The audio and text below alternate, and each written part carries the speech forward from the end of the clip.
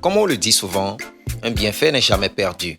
Et cette histoire du milliardaire Aliko Dangote est bien la preuve puisque c'est de là s'est enclenché le succès du plus riche homme d'Afrique. Le caractère humble et clément d'Aliko Dangote lui aurait valu une prophétie spéciale de la part de Benson Idahosa, l'archevêque de l'Église de Dieu Mission Internationale et généralement connu comme le père du pentecôtisme du Nigeria. Dès lors, la vie d'Aliko Dangote a pris un élan extraordinaire. Mais que s'est-il vraiment passé pour qu'il bénéficie d'une telle faveur? Voici l'histoire complète. Tout d'abord, Aliko Dangote est né dans une riche demeure à Kano. Il a obtenu son premier diplôme au Caire en Égypte. Il avait toujours aimé le commerce et selon certaines sources, il vendait des friandises même à l'école primaire, quand bien même sa famille était riche. Dangote est vraiment une personne très humble, même par les aveux de personnes qui ont interagi avec lui. Il n'est tout de même pas le seul Nigérian travailleur. Il n'est pas non plus la personne la plus humble autour. Il n'est pas probablement le plus féru d'affaires en Afrique. Quoi qu'il en soit, il est certainement le plus riche homme d'affaires. Ses entreprises emploient ces milliers de personnes dans le monde, sans compter les distributeurs, entrepreneurs et autres fournisseurs qui dépendent de son activité pour prospérer. Dangote est une bénédiction pour l'humanité. Au Nigeria, aucune famille n'a de produits Dangote à la maison.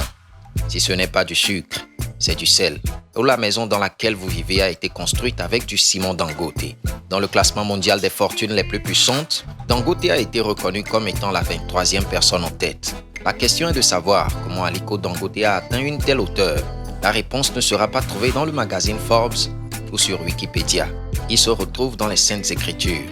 Si vous avez de la bonne volonté et si vous êtes docile, vous mangerez les meilleures productions du pays.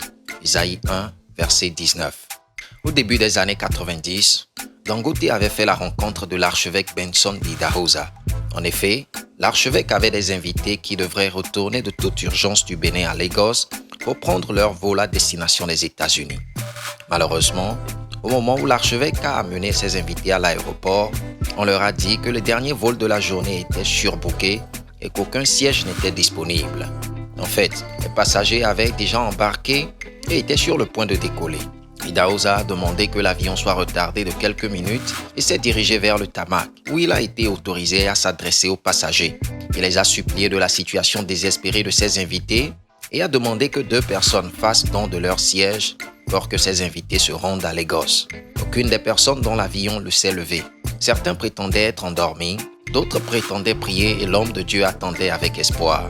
De l'arrière de l'avion, un jeune homme a demandé à la personne assise à côté de lui de se lever et ensemble ils ont quitté leur siège pour les visiteurs américains.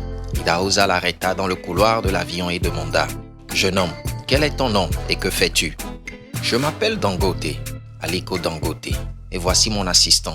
Je suis un commerçant, un homme d'affaires. » C'est à ce moment que Papa Idahosa a prophétisé sur sa vie en les termes qui suivent. « Le monde se lèvera pour vous. » Il a prié pour que Dieu prenne ses affaires au-delà de l'Afrique et le bénisse au-delà de toute mesure. Et voilà, la prophétie s'est réalisée. Aujourd'hui, Dangote n'est plus à présenter. Où qu'il soit et peu importe le lieu où il se rend, le monde le connaît et l'admire pour ses accomplissements. Il est devenu le plus riche homme d'Afrique et le 23e homme le plus riche de la Terre. Comme leçon, nous retenons qu'il ne faut jamais minimiser le pouvoir de faire du bien à autrui, car ça paye toujours. Nous voici à la fin de la vidéo. L'avez-vous aimé? N'hésitez pas à nous lâcher un pouce d'appréciation, sans oublier de vous abonner à la chaîne afin de ne rater aucune de nos prochaines publications. À la prochaine. Ciao.